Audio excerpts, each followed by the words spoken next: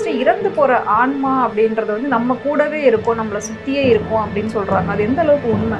அந்த சடலம் அந்த பாடின்றவங்களே அந்த சடலத்தை எடுத்துகிட்டு போயிட்டு எரிக்கிற வரையுமோ இல்லை புதைக்கிற வரையுமோ அது வரையும் அது கூட ட்ராவல் பண்ணிட்டு தான் இருக்கும். அது நேரத்துக்கு அது அங்கே தான் இருக்கும், அதே வீட்டில் இருக்கும். அவங்க பக்கத்தில் உட்காந்து பார்க்கும்போது இது 100% பக்கத்தில் இருக்கும். கம்பல்சரி இருப்பாங்க, அவங்க நம்மளை பார்ப்பாங்க, அதை உணர முடியும். பிறக்கும் போது இறப்பு எழுதிடுவாங்கம்மா, மரத்தில் கட்டி தொங்க விடுவோம். இது இங்கே ஆடாட இதோட ஃபீல் வந்து மனசு அவங்களுக்கு அலாடும் போதும். வார்த்தை வாசகம் அதுக்கு அவ்வளோ பவர் இருக்குது. சித்தர்னா சும்மா சொல்யூஷன் கொடுக்கணும், ஒரு சாமினா சும்மா தான் வேலை செய்யணும். அல்லாவே கடவுளே எனக்கு இந்த மாதிரி சோதனை கொடுத்துட்டேன்னு வச்சுக்கணும். ஐயோ வருமானம் இல்லை, டக்குனு மந்திரி போகும். நான் ஒரு 5000 வாங்கி பயிரில் போட்டுப்பேன். நான் சும்மா செஞ்சு என் பாடி ரோட்டில் நின்றுவேன். இப்போ நீங்க சொல்ற மாதிரி இல்லீகல் அஃபேர்ஸ்ங்கிறது நிறைய எக்கச்சக்கமா ஆயிடுச்சு. இல்லீகல் அஃபேர்ஸ் பத்தி ஒரு நிமிஷம் பேசலாமா? பேசலாம்.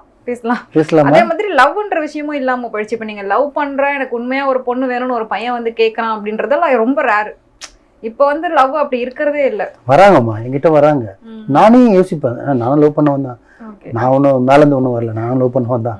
ஸோ நான் என்கிட்ட வராங்க, ஐயா 7 வருஷம் லவ் பண்ண ஐயா, ஒன்றுக்கு ஒன்றா பழகின ஐயா, என்ன சொல்றது, காலில் எதிர்ச்சா பைக்கு வந்தா போனா பைக், அது இது எல்லாமே செஞ்சாயா, நல்லா பேசி நைட்டு இறக்கி விட்டு போனாயா. ஒரு மறுநாள் பார்த்தீங்கன்னா ஃபோனு சுவிட்ச் ஆஃப், 3ஆம் நாள் நம்பர் பிளாக்கு, 4ஆம் நாள் நீ யாருன்னு கேட்குது ஏன்னுவான். இப்படி 7 வருஷம் அவங்க ஃபிசிக்கல்லேருந்து எல்லாமே லைஃப்பில் நடந்திருக்கும். அப்படி இருந்தவனை 7 வருஷம் இப்படின்றதுக்குள்ள பண்ணிடுவாங்க. அது தப்புன்னு நினைக்கிறேன், நல்லதுன்னு நினைக்கிறீங்களா? இல்லை, அந்த மாதிரி பிரேக்கப் பண்ணுறது தப்பு. அது பையனோட பாயிண்ட் ஆஃப்ல பார்த்தீங்கன்னா அது தப்பு, ஓகே. ஆனால் பொண்ணோட பாயிண்ட் ஆஃப்ல பார்த்தீங்கன்னா அந்த 7 வருஷமா அவன் கூட வாழ்ந்த வாழ்க்கை அது யோசிக்கும். இவன் கூட போனால் 7 வருஷத்துல நல்லது கெட்டது ப்ளஸ் மைனஸ், அவன் எப்போ சந்தோஷமா இருப்பான், எப்போ துக்கமா இருப்பான், எப்போ கோவப்படுவான், எல்லாமே அதை கவனிச்சு வச்சிருக்கோம். ஸோ இவன் கூட போனால் மீதி வாழ்க்கை நம்மளுக்கு சந்தோஷமா இருக்குமா இருக்காதா, நம்மளால இவன் பேலன்ஸ் பண்ண முடியுமா, இவனை நம்ம பேலன்ஸ் பண்ணணுமா அப்படின்ற அளவுக்கு யோசிப்பாங்க. பொண்ணுங்க சாதாரண நினைச்சுக்காதீங்க, நீங்களும் ஒரு பொண்ணு தான், நீங்க எவ்வளோ வச்சிருப்பீங்க இல்லையா? ஸோ அப்படி யோசிக்கும் போது அது இல்லாமல் வீட்டில் தெரிஞ்சிடும். இப்போ அம்மா என்ன பண்ணுவாங்க, நீ இந்த பையனை கிளம்பினீங்கன்னா நான் செத்துருவேன்னு, நான் சூசைட் பண்ணுவேன்னு சொல்லுவாங்க. அப்போ பொண்ணு என்ன பண்ணுவோம், நீ சூசைட் பண்ணுறியம்மா நான் ஒன்று தான் கிளம்பணும்னு சொல்லுவாங்களா? சொல்ல மாட்டாங்கல்ல. அப்போ என்ன பண்ணுவாங்க, தேவையில்லப்பா, அதை அவனை சொல்ல முடியாது, அதனால அவாய்ட் பண்ணுறதுக்கு பிளாக் பண்ணுறது எக்ஸெட்ரா எக்ஸெட்ரா எல்லாமே நடக்கும்.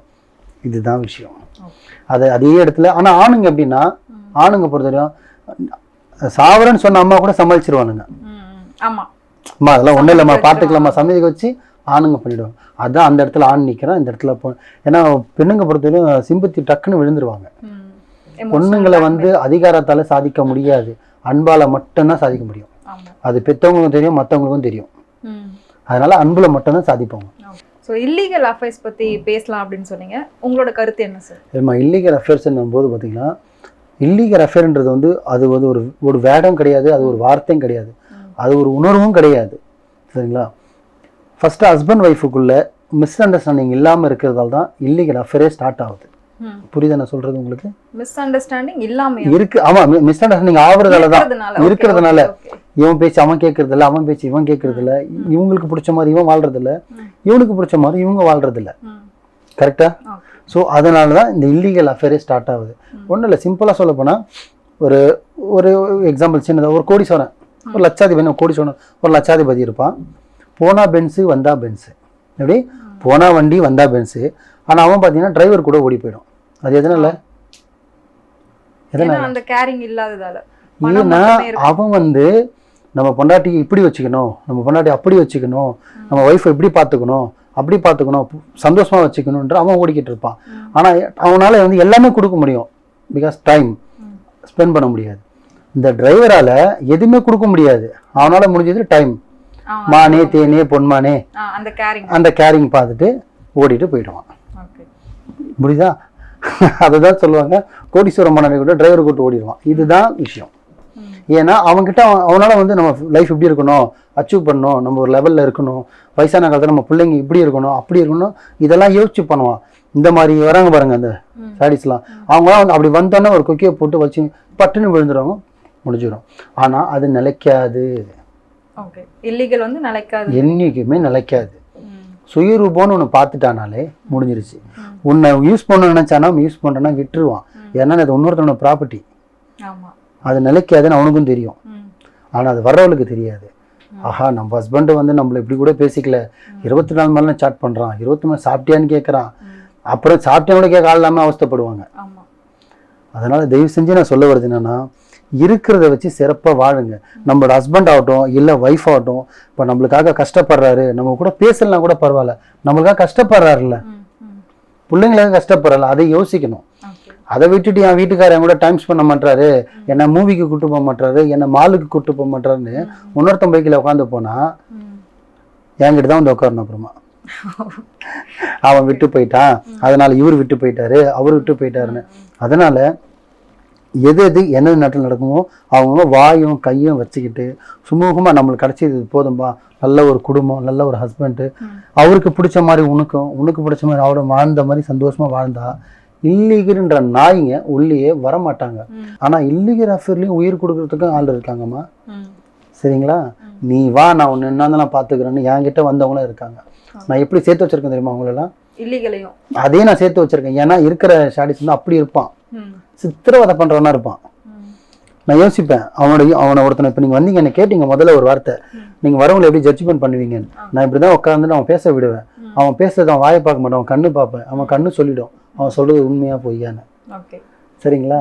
அப்படியே பயங்கரமா சொல்லுவாங்க. சில பேர் என்னை பார்த்தோன்னு அழுதுருவாங்க. ஸோ அங்கதான் ஃபீலே. புரியுதுங்களா? நான் இப்படிலாம் வாழ்ந்தேன், இப்படிலாம் பண்ணேன்னு. ஸோ இவன் ஸ்டோரி கேட்பேன், அந்த பொண்ணோட ஸ்டோரி கேட்பேன், எனக்கு எது பெட்டரா போகிறோம் கணக்கு போட்டு பார்ப்பேன். இவன் கூட அந்த லைஃப் நல்லா இருக்கும்னா சேர்த்து வச்சிருவாங்க. அந்த மாதிரி கணக்கு போட்டு 100% சேர்த்து வைப்பேன். ஏன்னா லைஃப் நல்லா இருக்கும். அதுதான் சொல்றேன், எனக்கு கணக்கு போட பார்ப்பேன். இவன் கூட இருந்தா ஆயுசு முடிஞ்சிடும், இவன் கூட இருந்தா ஆயுசு நீடிக்கணும், சேர்த்து வைக்கலாமே. ஏமா கடவுள் சேர்த்து வைக்கலையாமா? ஒரு நாள்ல கல்யாணம் பிரிஞ்சவங்க இல்லையா? கல்யாணம் ஆகி ஒரு நாள்ல பிரிஞ்சவங்களும் இருக்காங்க, 40 வருஷம் வாழ்ந்து கேட்டு பிடிச்சவங்க போனவங்களும் இருக்காங்கம்மா. பார்த்துருக்கீங்களா இல்லையா? பின்ன அதே மாதிரி கடவுள் நம்மளுக்கு கல்யாணம் பண்ணிட்டாரு, நம்ம லைஃப் முடிஞ்சிருச்சு, பிள்ளைங்க அவ்வளோதெல்லாம் கிடையாது. 30-35 வயசு வருஷம் கழிச்சு கூட உனக்கு ஒருத்தன் வருவான், அவன் உனக்கு உண்மையா இருப்பான். பார்த்துருக்கீங்களே? நான் சொல்லணும்னு அவசியம் இல்லை. இல்லை, அதுதான் லைஃப். உனக்குன்னு ஒருத்தன் பிறக்கிறான் பார்த்தீங்களா, அவன் தான் உன்னோட உணர்வை அவன் உணரணும். சும்மா ஏதோ கல்யாணம் பண்ணிட்டாங்க, நகை நட்டு போட்டாங்க, பென்ஸ் கார் கொடுத்துட்டாங்க, R15 பைக் கொடுத்தாங்கன்னு கல்யாணம் பண்ணிட்டா அது வந்து வியாபாரம், கல்யாணம் இல்லை.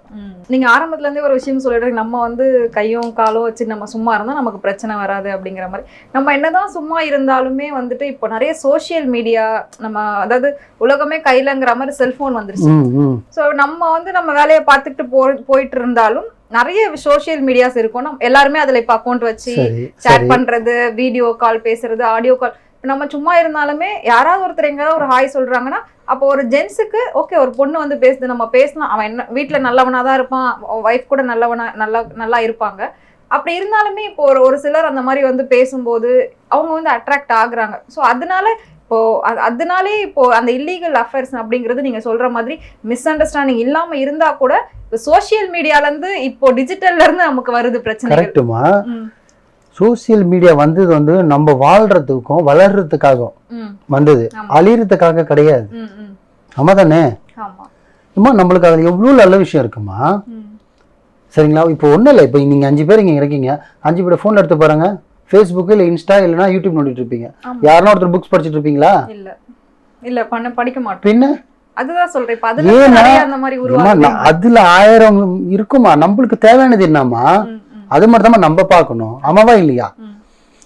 நம்ம என்ன இப்போ எக்ஸாம்பிள், இந்த ரிலி கிளியா ஏதோ ஒரு கிளின்றாங்க, இது டான்ஸ் பாடல் போடுறதுலாம், ஆடி போடுறது, டான்ஸ் ஆடி போடுறது, இந்த டப் பண்ணி போடுறதுலாம் சொல்றாங்க இல்லையா? ரிலீஸ்ன்னு சொல்றாங்களா, அதெல்லாம் பண்றாங்க இல்லையா?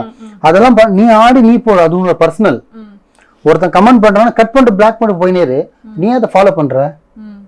ஒருத்தன் ஹாய்னா நீ திருப்பி ஹாய்ன்னு சொல்ற, அந்த ஹாய்ன்னு சொல்றதுக்கு அவன் யாரு? பட் நமக்கு இப்போ இருக்கிறவங்க வந்து அந்த மாதிரி எடுத்துக்கிட்டா வாழ்க்கை நல்லா இருக்கும். எடுத்துக்கிட்டா அதை உணர்ந்தா பிரச்சனை இல்ல. நம்மளுக்கு ஒருத்தன் இப்ப அண்ணா ஹாய் சொல்லலாம், பக்கத்துல வர ஹாய் சொல்லலாம், 3வது தெருல இருக்கிறோம் ஹாய் சொன்ன அவசியம் என்ன? நம்ம தாமா ஏத்துக்கிறோம். சரியா? நம்ம தான் இழுக்கிறோம், நம்ம தான் வச்சுக்கிறோம் பெருசா. இதான் உண்மை.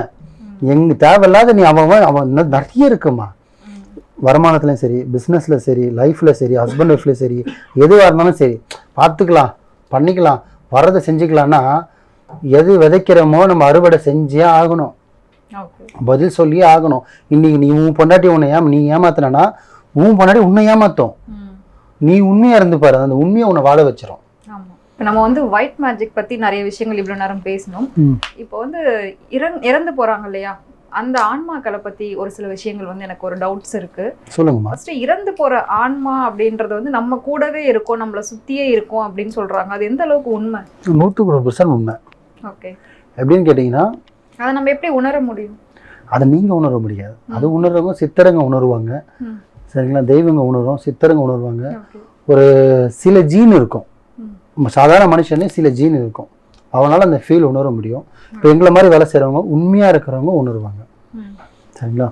இறந்தவங்க எப்படின்னா, இப்போ எக்ஸாம்பிள் நாளைக்கு ஒருத்தர் மார்னிங் இறந்துட்டாருன்னா அந்த சடலம், ஐ மீன் அந்த பாடின்றவங்களே அந்த சடலத்தை எடுத்துகிட்டு போயிட்டு எரிக்கிற வரையுமோ இல்லை புதைக்கிற வரையுமோ அது வரையும் அது கூட ட்ராவல் பண்ணிட்டு தான் இருக்கும்.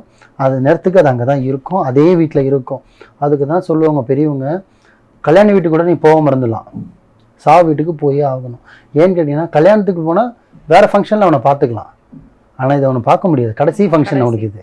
ஸோ அதனால் அப்போ போய் பார்க்கும்போது அவன் பக்கத்தில் உட்காந்து பார்க்கும்போது இது 100% உண்மை. பக்கத்தில் இருக்கும், மனுஷனோட மனுஷனாக இருக்கும். இது உண்மை, இது நீங்கள் லாஜிக்கான சிரிக்கலாம், இதெல்லாம் உண்மையான வலி இருக்கிறவனுக்கு தான் அதோட மருந்தோட அருமை தெரியும். அந்த மாதிரி அந்த ஃபீல் பார்க்கும். அப்போ யார் யார் வராங்க, நம்மளை தேடி யார் யார் வராங்க, புரியுதுங்களா? நல்லது பண்ணாங்க, நம்ம கெட்டது பண்ண கூட நம்ம முன்னாடி வந்திருப்பான், நம்ம பார்க்காத மனுஷன் கூட வந்திருப்பான், நம்மளை எதிரியாக இருந்தவங்க கூட வந்திருப்பான், நம்மளுக்காக எல்லாம் வந்திருக்காங்களேன்னு அதை பார்த்து நம்ம கண்ணீர் விடும். ஆனால் அதால் தொட முடியாது, அதோட சடலத்தை அதை தொட முடியாது, கண்ணீர் விடும். ஸோ அவனை போய் முழுமையாக அடக்கம் பண்ணுறாங்க. அதுக்கு தான் சொல்லுவாங்க, இறந்துட்டா தாம் டும் பண்ணி சந்தோஷமாக கொண்டு போகணும். பார்த்தீங்கன்னா அது பக்கத்துலேயே பார்க்கும், நம்மளுக்காக இப்படி அழுகுறாங்களே, நம்மளுக்காக இப்படி செய்கிறாங்களேன்னு. அந்த ஆத்மா வந்து நம்மள யார் யார் நம்மளுக்கு அந்த மாதிரிலாம் வந்து பண்ணுறாங்களோ அந்த நேரத்தில் அந்த ஆத்மா வச்சு முன்னோர்களுக்காக படையல் போடுவாங்க, சந்தோஷமாக சாப்பிடும். அது நம்மளுக்கு சில வேலை ஹெல்ப்பும் பண்ணும். எப்படி பண்ண கரெக்டாக சொல்லிட்டுங்களா? அந்த சொல்லுவாங்க பார்த்தீங்கன்னா, ஜஸ்ட் மிஸ்லாம் நான் தப்பிச்சம்மான்னு சொல்லுவாங்க, தெரியுமா? அது எப்படி தப்பிங்க? ஓகே. அது வந்து ஜஸ்ட் ஒருத்தன் லெவல் கிராசிங் பண்ணுறான், லெவல் கிராசிங் ஒரு நொடியில் தப்பிப்பான். அவனை சார்ந்தவங்க, அவனை விரும்பினவங்க கண்டிப்பாக அந்த இடத்துல அவனுக்கு உதவுவாங்க. நீ அவனுக்கு நல்லது பண்ணியிருந்தானா, இதே நீ அவனுக்கு தீமை பண்ணியிருந்தனா லைட்டாக தள்ளி விட்டுருவாங்க. சீரியஸாகவே சொல்கிறேன், ஆமாம்மா, உண்மை அது. ஸோ அதனால் கம்பல்சரி இருப்பாங்க, அவங்க நம்மளை பார்ப்பாங்க, அதை உணர முடியும். யாரார் நம்மளால மனசு விட்டு அழுகுறாங்கன்னு பார்க்க உட்காந்து. அதனால தான் எங்கள் இதில் வந்து பார்த்திங்கன்னா, உங்கள் இதில் அழுவாங்க, கத்தி கத்தி அழுவாங்க. எங்கள் சமுதாயத்தில் பார்த்திங்கன்னா அழுவ மாட்டாங்க. இறந்துட்டா அழுவக்கூடாது, சைலண்ட்டாக இருந்துட்டு எடுத்துகிட்டு போய்ட்டு அடக்கம் பண்ணிடணும். அப்போ உட்காந்து பார்க்கும், அதை குளிப்பாட்டுறது எல்லாமே செய்கிறது, ஃபார்மாலிட்டிஸ்லாம் முடிச்சுட்டு போய் அடக்கம் பண்ணி, அடக்கம் பண்ணுற வரையும் பக்கத்தில் தான் நிற்கும். என்னோட சாவுக்கு யார் வரா அப்படின்னு பார்க்குறது. இதனை கேட்டிங்க நீங்கள், டவுட் இருந்துச்சு, கம்பல்சரி பார்க்கும். ஓகே. அப்புறம் இன்னொரு விஷயம், அகால மரணம் அப்படின்னு சொல்கிறோம் இல்லையா, எது இதெல்லாம் அகால மரணம்ல சேரும்? அகால மரணம்ன்றது வந்து பார்த்திங்கன்னா தமிழில் வேறு மாதிரி சொல்லுவாங்க. சரி, அகால மரணம்ன்றது எதில் சேரும்னு பார்த்திங்கன்னா, சில பேர் ஆசை இருக்கும், ஒரு 18 வயசு 20 வயசில் ஆசை இருக்கும், அவனுக்கு ஒரு R15 பைக் ஓட்டணும், எனக்கு இந்த மாதிரிலாம் ட்ரெஸ்ஸிங் பண்ணணும், இந்த மாதிரிலாம் வாழணும் ஆசை இருக்கும். ஆனால் அவனோட ஆயுஸ் பார்த்திங்கன்னா அவனுக்கு தெரியாது. மேலே ஒருத்தர் எழுதியிருப்பான், தம்பி நீ ரொம்ப ஆடாத, உன் ஆயுசு முடிய போகுதுறான்னு அவனால சொல்ல முடியாது, பட்டு எழுதி வச்சுருவாங்க. பிறக்கும் போது இறப்பு எழுதிடுவாங்கம்மா. பிறக்கும் போது பிறந்த நாள் எழுதும் போது கீழே இறந்த நாள் எழுதிடுவாங்க. அதுக்கு நடுவில் இருக்குதான் நம்ம வாழ்க்கை. ஸோ அது எழுதும்போது அதை அவன் உணராமல் தெரியாமல் அந்த நேரத்தில் அவன் உலகத்தில் படித்தது வந்து இதுக்கு தெரியுங்களா, முதல்ல ஒன்று தெரிஞ்சுக்கங்க, நீ எவ்வளோ நல்லது கொண்டு வர பார்க்கலாம். நீ நல்லது கொண்டு வரியா இல்லை கெட்டதை கொண்டு வரியா? ஆனால் நம்ம ஆளுங்க எல்லாமே கெட்டது தான் கொண்டு போவாங்க. ஸோ நல்லதே கொண்டு போக மாட்டாங்க, சில பேர் கொண்டு போவாங்க. ஸோ அந்த மாதிரி அவனுக்கு எதுவுமே தெரியாமல் அவன் ஆக்சிடென்ட் ஆகி இறந்துடுவான். ஸோ அது அவனுக்கு நிறைய ஆசை மனசுலேயே இருக்கும், அது அவனால் இறந்ததுக்கப்புறம் ஜீர்ணிச்சிக்க முடியாது, போராட்டமே பண்ணுவாங்க. போராட்டம் கிடையாது. ஸோ கடவுள்கிட்ட என்ன வந்து இவ்வளோ சீக்கிரம் நீ இழுத்துக்கிட்டியே, இவ்வளோ சீக்கிரம் நான் ஆயுஸ் முடிச்சிட்டியே, அந்த குழந்தை ஒன்றுமே பண்ணிடுங்க. ஏன் பிறந்த குழந்தை இறந்து போல 2 மாதம் குழந்தை, அந்த 2 மாதம் குழந்தை என்ன தப்பு பண்ணியிருக்கோம்? 2 மாதம் குழந்தை என்ன தப்பு பண்ணியிருக்கோம்? எதுவுமே தப்பு பண்ணியிருக்காது. அதோட ஆயுஸ் அவ்வளோதான்.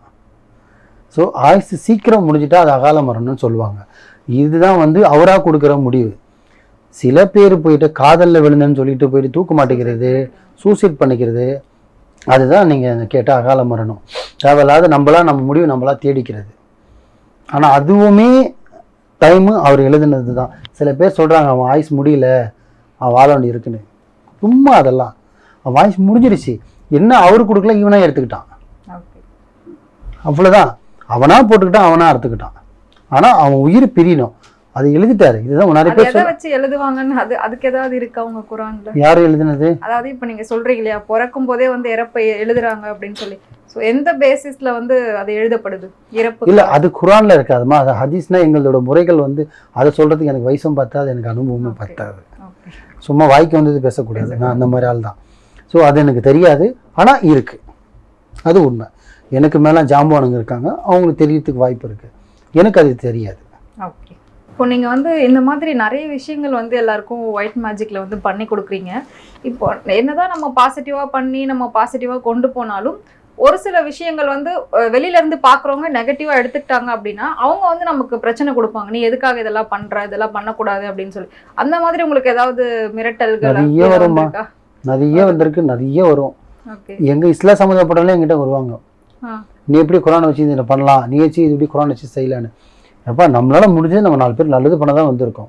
எங்கள் இஸ்லாத்துலேயே வந்து சில முஸ்லீம்ங்க இருக்காங்க, தர்காவுக்கு போகக்கூடாது, அவுலியாக்கள் தர்கானா சித்திரங்கிட்ட வழிபடக்கூடாது, எல்லாம் ஒருவன் தான் அப்படி. எல்லாம் ஒருவன் தான், நான் இல்லைன்னு சொல்ல, அல்லாஹ் ஒருவனே. பட் அவங்களுக்கு கீழே இவங்க இருக்காங்க, அவர் கண்ணுக்கு தெரிய மாட்டார், இவங்க கண்ணுக்கு தெரிவாங்க, அதனால தான் வணங்குறோம். ஸோ ஆனால் எங்ககிட்ட அப்படி ஃபோன் வரும்னா நீங்கள் தர்காக்கே பண்ணக்கூடாது, உருவமே கிடையாது, நீ எப்படி உருவம் வைக்கலான்னு. அல்லாவே நினைச்சதால் தான் ஒரு பாசிட்டிவான ஒரு விஷயம் கூட அவங்ககிட்ட கொடுத்துருக்காரு. என்ன நாடி வரவனுக்கு நான் கொடுக்குறேன், உன்னை நாடி வரவனுக்கு நீ கொடு. இப்போ எனக்கு கொடுக்கலையா சின்ன ஒரு பவர், ஏதோ ஒன்று கொடுத்துருக்காரு இல்லையா, என்னை நம்பி வரவங்க நான் நல்லது பண்ணலையா, அந்த மாதிரி தான். ஸோ அந்த மாதிரி பண்ணக்கூடாதுன்னு எனக்கு கால்ஸ் வரும். சில பேர் கால் பண்ணி நான் வந்து இந்த பலி கொடுக்குறது, எலி கொடுக்குறது இதெல்லாம் நான் செய்ய மாட்டேன், இந்த ரத்தம் அது இது அதெல்லாம் நான் செய்ய மாட்டேன், அதெல்லாம் சும்மா ஏமாத்து வேலை. அதெல்லாம் நாங்கள் செய்கிறோம், நீங்கள் செய்ய மாட்டீங்க, நீங்கள் செய்யலைன்னா செய்யாது போயிடுங்க, ஆனால் ஏன் அதெல்லாம் இல்லைன்னு நீங்கள் சொல்கிறீங்க, அது இருக்குன்னு சொல்லுங்க அப்படின்வாங்க. ஆடை வாங்கி தெருவில் விடுறேன்னுவாங்க, ஒரே முக்கில் வாங்கி 4 ஆடு வாங்கி 4 மனையில் விடணும், அந்த ஆடு போயிட்டு உன் மனைவி கிட்ட சேர்ந்துடும், உன் மனைவி உங்ககிட்ட வந்து சேர்ந்துரும்மா. அந்த மாடு இப்படி திரும்பும்போது அங்கே ஒருத்தன் பிடிச்சி வச்சுப்பான், அங்கே மனைவி கிட்ட சேர்றது.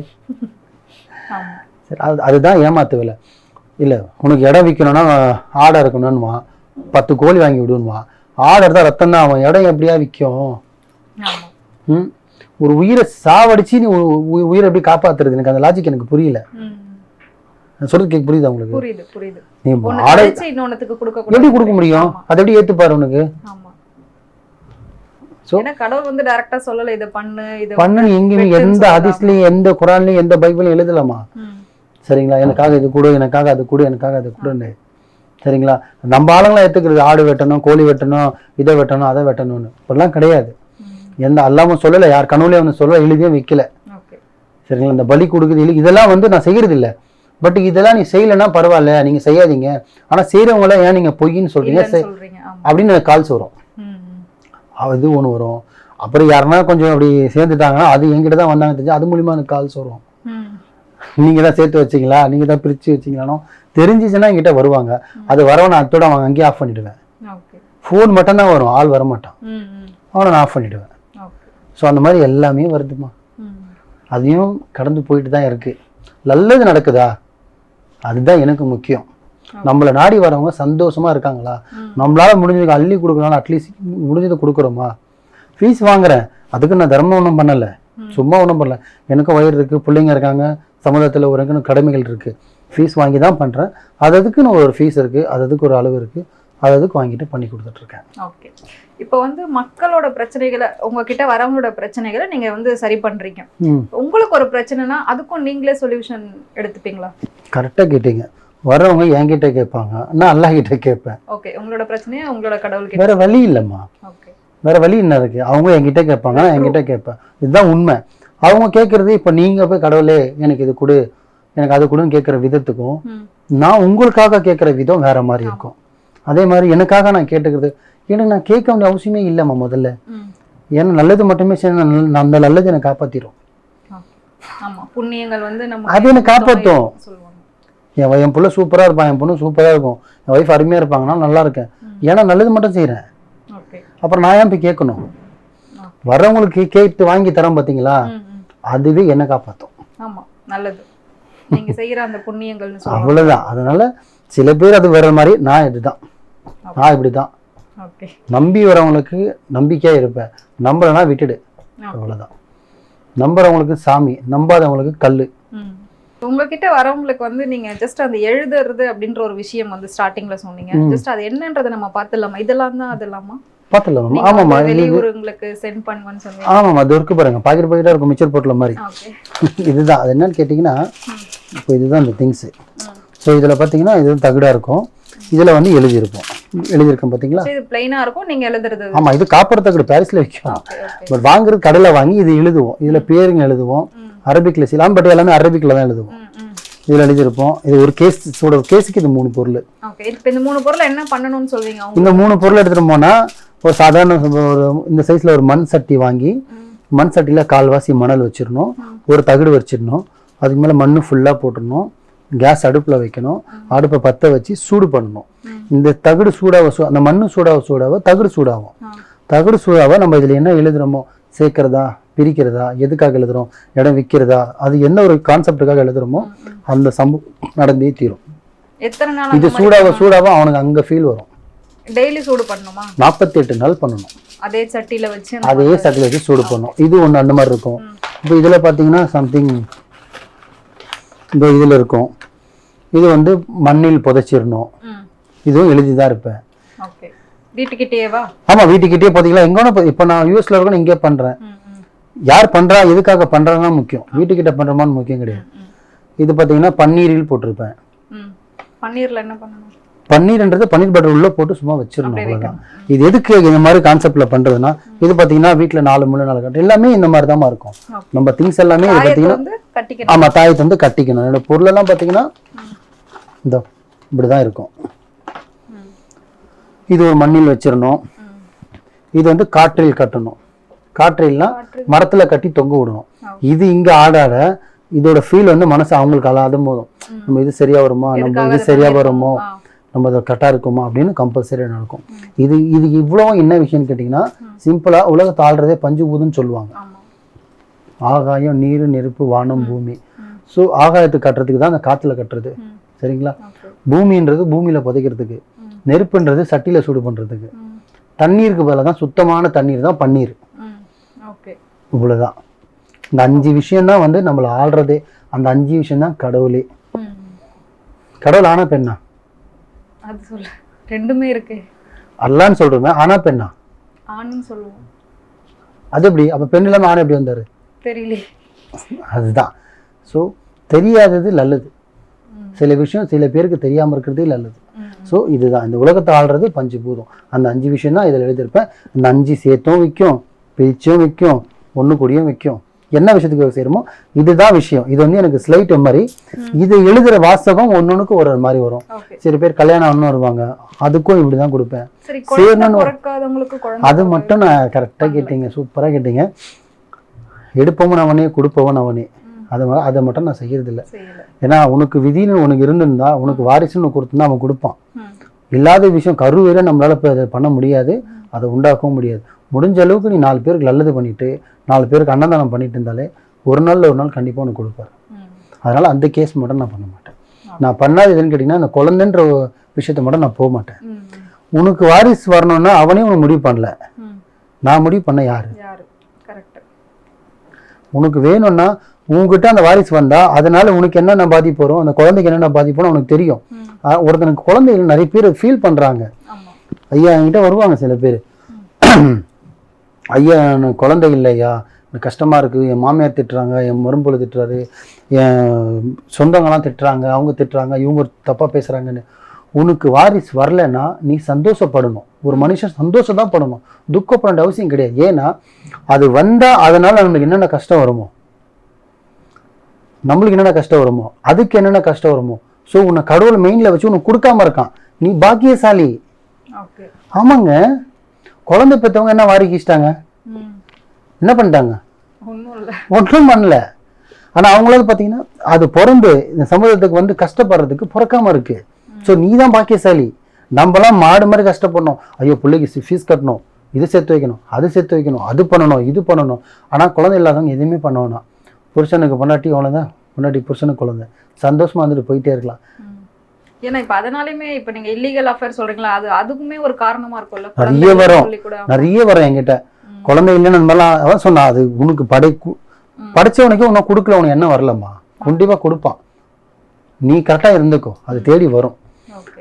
அதான் இங்க போய் முட்டிக்கிற, அங்க போய் முட்டிக்கிற, நான் இந்த சாமியாரை பார்த்தேன், அந்த சாமியாரை பார்த்தேன், நீ எந்த சாமியாரையும் பார்க்க வேணாம், நீ நல்லது மட்டுமே செய், அதுவே உனக்கு கண்டிப்பா ஒரு நாள் வரும். குழந்தை இல்லாதவங்க தயவு செஞ்சு கஷ்டப்படாதீங்க, ஏன்னா நீங்க தான் பாக்கியசாலி. சமுதாயத்துக்கு கஷ்டப்பட வேண்டிய அவசியமே இல்லை. உனக்கும் நீ கஷ்டப்படு, சந்தோஷமா இரு. நீ அவனுக்கு குழந்தையாரு, அவன் உனக்கு குழந்தையா இருப்பான், அதை புரிஞ்சுக்குங்க தயவு செஞ்சு. உண்மைதானம்மா? அதுதான் நீங்க சொல்லும்போது எனக்குமே தோணுது, ஆமா ஏதோ ரீசனுக்காக தான் ஸ்டாப் பண்ணி வச்சிருக்காங்க. கடவுள் கொடுத்துருக்கு, அதான் உண்மை. அது ஊனமுற்றமா பிறக்கும், இல்ல ஒரு பேச்சுவார்த்தை இல்லாம பிறக்கும், இல்ல கை கால் எதனா விழுந்து பிறக்கும், இல்ல அந்த குழந்தை பிறந்தா உன் உயிர் பாதிப்பு வரும். படைச்சவன் நல்லது மட்டும்தான் செய்வான். அந்த பேர் தப்பா நினைக்கிறாங்க. அல்லாவே கடவுளே எனக்கு இந்த மாதிரி சோதனை கொடுத்துட்டேன், அது உனக்கு கொடுத்த சோதனைடா, உனக்கு தப்பிக்க வச்சிருக்கான். 1 கோடி ரூபாய் ஊந்திருக்குமே, ஒரு நம்பர்ல மிஸ் ஆச்சு கடவுளேன்னு வேண்டுவாங்க. ஆனா அந்த 1 கோடி ரூபாய் நீ ஊனுங்கன்னா உன 4 பேர் போட்டிருப்பானுங்க, அதனால நீ அழிஞ்சு போயிருப்ப, அதனால உன் வம்சம் போயிருக்கும். அதை உங்ககிட்ட புடுங்கிட்டாரு. அப்ப நல்லது தானே செஞ்சாரு. ஐயோ நல்லா வச்சிருந்த வண்டியை வித்துட்டேனேன்னுவான், அதை வச்சிருந்தா செத்துருப்படா நீ, அதனால உங்ககிட்ட அந்த வாங்கிட்டாரு. நல்லது மட்டும்தான் செய்வாரு, கெட்டது செய்ய மாட்டாரு. அது நம்ம ஜனங்களுக்கு தெரியல. ஒரு நொடியில மிஸ் ஆயிடுச்சு, ஒரு நொடியில போய் சார் கடவுளே இல்லை, கடவுள் நல்லதே செய்ய மாட்டாரு, அவர் நல்லது மட்டும்தான் செய்யறாரு. நீ புரிஞ்சுக்கோ, எது நடப்பதோ எல்லா நன்மைக்கு எவன் நினைக்கிறானோ அவன் யாருக்கிடமே நிக்க வேண்டிய அவசியமே இல்லை. இன்னைக்கு விழுந்துட்டோமா, விழுணும் டைம் இருந்துச்சு விழுந்தோம், இன்னைக்கு வருமானம் இல்லையா, நாளைக்கு வரண்டா, அவ்வளவு அப்படி நினைச்சுக்கணும். ஐயோ வருமானம் இல்லை, டக்குனு மந்திரிப்போம், டக்குன்னு சாமிகிட்ட போவோம், டக்குன்னு சாமியார்கிட்ட போவோம், நான் ஒரு 5000 வாங்கி பயிரில் போட்டுப்பேன். உனக்கு அவர் கொடுக்கணும்னு தான் கொடுப்பாருமா, சரிங்களா? பட் அதுதான் அந்த கொடுக்குறதுன்ற விஷயம் இருக்கு பாத்தீங்களா, அதை சீக்கிரம் நடக்கணும். நம்மளை நாடி ஒருத்தர் வந்திருக்காரு, நான் உங்களை நாடி வந்திருக்கேன், ஹெல்ப் பண்ணுங்க, பண்ணி கொடுங்கன்னு செய்யறதா இந்த விதிமுறை. புரிஞ்சுதா பாயிண்ட்? அவர் தான் செய்ய போறாரு, அவர் தான் செய்ய போறாரு. அவங்க நம்ம கிட்ட வந்தாங்கன்னா அவங்களோட கோரிக்கை அவங்க வச்சு அவங்க காதுல செவில ஏறாது. அவங்க நம்மளுக்கு வச்சவங்க நம்ம ஏறுற விதத்துல புரியுற விதத்துல நம்மளுக்காக அவ்வளவு கஷ்டப்படுறாங்க, நம்ம நாடி வந்திருக்காங்க, முடிஞ்சு அவங்க என்னோட முடிஞ்சது நான் செய்வேன். இதுதான் மாந்திரிகம். ஸோ இவ்வளோ நேரம் நிறைய கேள்விகள், நிறைய விஷயங்கள் பேசுனீங்க. நான் நிறைய கேட்டுட்டு இருந்தேன். எல்லாத்துக்குமே ரொம்ப டீப்பாக எக்ஸ்பிளைன் பண்ணி நிறைய விஷயங்கள் சொன்னீங்க. எனக்கு தெரிஞ்ச ஒரு லைன் நான் சொல்கிறேன், அதுக்கு என்ன அர்த்தம் அப்படின்றது மட்டும் நீங்கள் சொல்கிறீங்களா? தாராளமாக சொல்லுங்க, தெரிஞ்சே சொல்லுவேன். ஓகே. யா இலாஹல் ஆலிஹத்தி ரஃபிஹா ஜலாலு அப்படின்னா என்ன? இது உங்களுக்கு யார் சொன்னா? முதல்ல நான் இது யூடியூப்ல பார்த்துட்டு வந்தேன். என்னன்னு வரும்போது அந்த ஒரு லிங்க் பார்த்தேன். ஸோ இந்த மாதிரி சொன்னா கணவன் மனைவி சேருவாங்க அப்படின்னு சொன்னாங்க. எனக்கு புரியல, ஜஸ்ட் கேட்டேன். யா இலாஹல் ஆலிஹத்தி ரஃபிஹா ஜலாலு, ரஃபிஹா ஜலாலுஹு அப்படின்னு நினைக்கிறேன். இதுக்கு மீனிங் என்ன போட்டுருந்தது? அதுதான் கணவன் இந்த இதை நம்ம தினமும் சொல்லும் போது கணவன் மனைவி சேருவாங்க அப்படின்னு இருந்துச்சு. யூடியூப்ல போட்டுருந்ததா? சொல்ற வார்த்தையே தப்பு, அந்த வாசகமும் தப்பு. சரி, அந்த வாசகமே தப்பு. ஏன்னா அது நம்ம இந்த மாதிரி சும்மா மீடியால உட்காந்துட்டு அவங்க யூடியூப் சேனல், சில பேர் லோக்கல் சேனல் வச்சிருப்பாங்க இல்லையா, அதுக்கு என்ன சொல்லுவாங்கன்னா அமல்னு சொல்லுவோம். அமல்னா பரிகாரம், தமிழ்ல பரிகாரம், உருதுல அமல். இதுக்கு இந்த அமல் செய்யணும்னு சொல்லுவோம், அதுதான் அமல். அந்த மாதிரி அமல் நான் இதை சொல்லித்தரேன், இதை நீங்க சொன்னீங்கன்னா கணவன் ஒன்று சேர்ந்துருவாங்க. அந்த மாதிரி எந்த கணவனையும் ஒன்று சேர்ந்து நான் பார்த்தது இல்லை. இதுக்கெல்லாம் நிறைய இருக்குமா. 1,00,000 வார்த்தை 1 மணி நேரத்துல ஓதணும். ஒரு கணவன் மனைவி ஒன்று சேர்றதுக்கு நான் 20,000 ரூபாய் ஃபீஸ் வாங்குறேன்னு வச்சுங்க, ஒரு பேச்சுக்கு சொல்றேன். 20,000 ரூபாய் ஃபீஸ் வாங்கி வாங்கில போறேன்னா 21 நாளுக்குள்ள 2,00,000 வார்த்தை நான் ஓதணும் அவங்களுக்காக. சும்மா கிடையாது. இப்ப நான் வாய் வார்த்தை சொல்றேன், இங்க உட்காந்து யூஎஸ்ல இருக்கணும் வர வைப்பேன், யூகேல இருக்கணும் சேர்த்து வச்சிருன்னு சொல்றேன். எப்படி சேர்த்து வைக்க முடியும்? நான் சூப்பர் ஃபாஸ்ட்ல போறேன். வார்த்தை வாசகம் அதுக்கு அவ்வளவு பவர் இருக்கு. வார்த்தையை கூட்டினா அள்ள முடியாதுன்னு சொல்லுவாங்க பாத்தீங்களா, அந்த மாதிரிதான். ஸோ நம்ம உச்சரிப்பு காதுல செல்வி விழும், சேருவாங்க. ஸோ நீங்க சொன்னது தப்பு, அதனால அது நான் சொன்னாலும் உங்களுக்கு புரியாது. அது ஒண்ணுமே இல்லை, அது நிறைய இருக்குமா, அது பெருசா போகும். இப்ப நானே எனக்கு நிறைய பேர் சாமி நான் காலில் விடுவாங்க, நான் சாமிலாம் கிடையாது, நானும் மனுஷன்தான், நான் ஃபீஸ் தான் வாங்குறேன். சித்தர்னா சும்மா சொல்யூஷன் கொடுக்கணும், ஒரு சாமினா சும்மா தான் வேலை செய்யணும். நான் சும்மா செஞ்சு என் பாடி ரோட்ல நின்றுருமே, நானும் ஃபீஸ் வாங்கி தானே பண்ணணும். ஸோ சாமிலாம் கிடையாது, நான் ஜஸ்ட் ஒரு டாக்டர் மாதிரி தான். வர்றவங்களுக்கு ஒரு சொல்யூஷன் சொல்றேன், அந்த சொல்யூஷனை இந்த முறையில நான் பண்ணி கொடுப்பேன். இப்ப நீங்க அவங்க வந்து சொல்லும் போதே நீங்க சொல்லிங்க இல்லையா, கணக்கு போட்டு பாப்பா எனக்கு தெரியும் அது சேரும் சேரும். ஆமாம்மா. சோ உடனே நான் வந்து அவங்களுக்கு அதுக்கான தீர்வை நான் வந்து பண்ணி கொடுப்பேன் அப்படின்னு. கண்டிப்பாம்மா. அவங்க இருக்கும் போதே நீங்க பண்ணி பார்த்துட்டு ஓகே இது நடக்கும் நடக்காதுன்றத சொல்லிடுவீங்க, இல்லாட்டி ஓகே நீங்க போங்க நான் பார்த்து சொல்றேன் பிரேயர்ல அப்படின்னு அந்த மாதிரி ஏதாவது சொல்லுவீங்களா? இல்லம்மா, சில கேஸுக்கு வந்து பாத்தீங்கன்னா வித்தின் 10 minutesல சொல்லிடலாம். அவங்க கண்ணு முன்னாடி தான் பார்ப்பேன், ஏன்னா அப்பதான் அவங்களும் நம்பணும் இல்லையா. ஏதோ பாய் போக சொன்னாரு திருப்பி 2 நாளுக்கு வர சொன்னாரு பண்ணி கொடுத்தாருன்னு இருக்கக்கூடாது. அவங்க முன்னாடியே போட்டு பார்ப்பேன், எனக்கு கரெக்டான வந்தா நான் அதை பண்ணி கொடுப்பேன். எனக்கு வரலன்னா அதையும் சொல்றோம், இல்லம்மா இது செட் ஆகாது. இப்போ என்கிட்ட வருவாங்க, ஐயா எங்க வீட்டுக்காரர் இது மாதிரி பிரிஞ்சுட்டாரு, பிரிஞ்சு ஒரு 6 மாசம் ஆகுது, 1 வருஷம் ஆகுது, 2 வருஷம் 3 வருஷம்னா ஓரளவுக்கு புஷ் பண்ணி சேர்த்துடலாம். 8 வருஷம் ஆகுது, 10 வருஷம். 3 மணி நேரத்தை ரொம்ப ஃபோன் பண்ணாங்க, ஐயா எங்க கணவன் மனுஷன் நாங்கள் பிரிஞ்சு 17 வருஷம் ஆகுது, 17 வருஷமா பிரிஞ்சிருக்கேன்னா உன்னை சேர்த்து வைக்கிறதுக்கு அவரே தோணலை, அப்ப நான் எங்க? அவரு உனக்கும் அவனுக்கும் செட் ஆகாதுன்னா அவர் பிரிச்சு வச்சிருக்காரு உங்களை, இதானே உண்மை. 17 வருஷமா பாதி வாழ்க்கை. கல்யாணம் பண்ணதோட சரி உனக்கு செட் ஆகல, அவ்வளவுதான், பிரிச்சுட்டாரு. உன் லைஃபை நீ பார்த்துக்கோ, இல்லையா வெயிட் பண்ணு, கொடுக்கணும்னு தான் கொடுக்க தெரியும். இப்போ நீங்க வந்து ஒயிட் மேஜிக் அந்த மாதிரி நிறைய விஷயங்கள் சொல்றீங்க, எல்லாமே வந்து பாத்தீங்கன்னா உங்களுக்கு ரிலேட்டடான ஒரு விஷயங்கள் தான் இருக்கு. பட் டிஃப்ரெண்டா வந்து புத்தர் வச்சிருக்கீங்க, இதுக்கு என்ன காரணம்? இதுக்கும் ஏதாவது இருக்கா? கண்டிப்பா இருக்குமா. எனக்கு அவரு ரொம்ப பிடிக்கும், ஒரு அமைதியானவர். அவருக்குன்னு ஜாதியே கிடையாது, தெரியல. அவருக்கு என்ன ஜாதி இருக்கு? அவருக்கு ஜாதி கிடையாது. அவரோட டேஸ்டான ஒரு மனுஷன், ஒரு அமைதியான ஆளு. எனக்கு ரொம்ப பிடிக்கும் அவரை. நான் ஒரு பெரிய சாட்சி வைப்பேன், பட் அதை வைக்கக்கூடாது அப்படின்னால இஸ்லாத்துல அனுமதி இல்லைன்றதாலதான். அவர் மேல ஜாதியே கிடையாதுமா, ஜாதி எல்லாம் கிடையாது, அதனால அதை நான் வச்சிருக்கேன். சில பேர் அதை பார்த்து எனக்கு கேட்பாங்க, நீங்க பாயாச்சு புத்தர் சிலை வச்சிருக்கீங்க, புத்தர்னா உனக்கு சாமியானவர் இல்ல பட்டை போட்டு இருந்தாரா இல்ல காக்கி வீட்டுக்கு எடுத்தாரா? அவர் ஒரு புத்தர், அவ்வளவுதான். அது சில பேர் சீனாலையும் மலேசியா அந்த மாதிரி இடத்துல, அது பர்மா அந்த மாதிரி இடத்துல அவர் வச்சு கும்பிடுவாங்க. பட் அவர் ஒரு நம்மள மாதிரி இருந்த மனுஷன் தான் அவர்.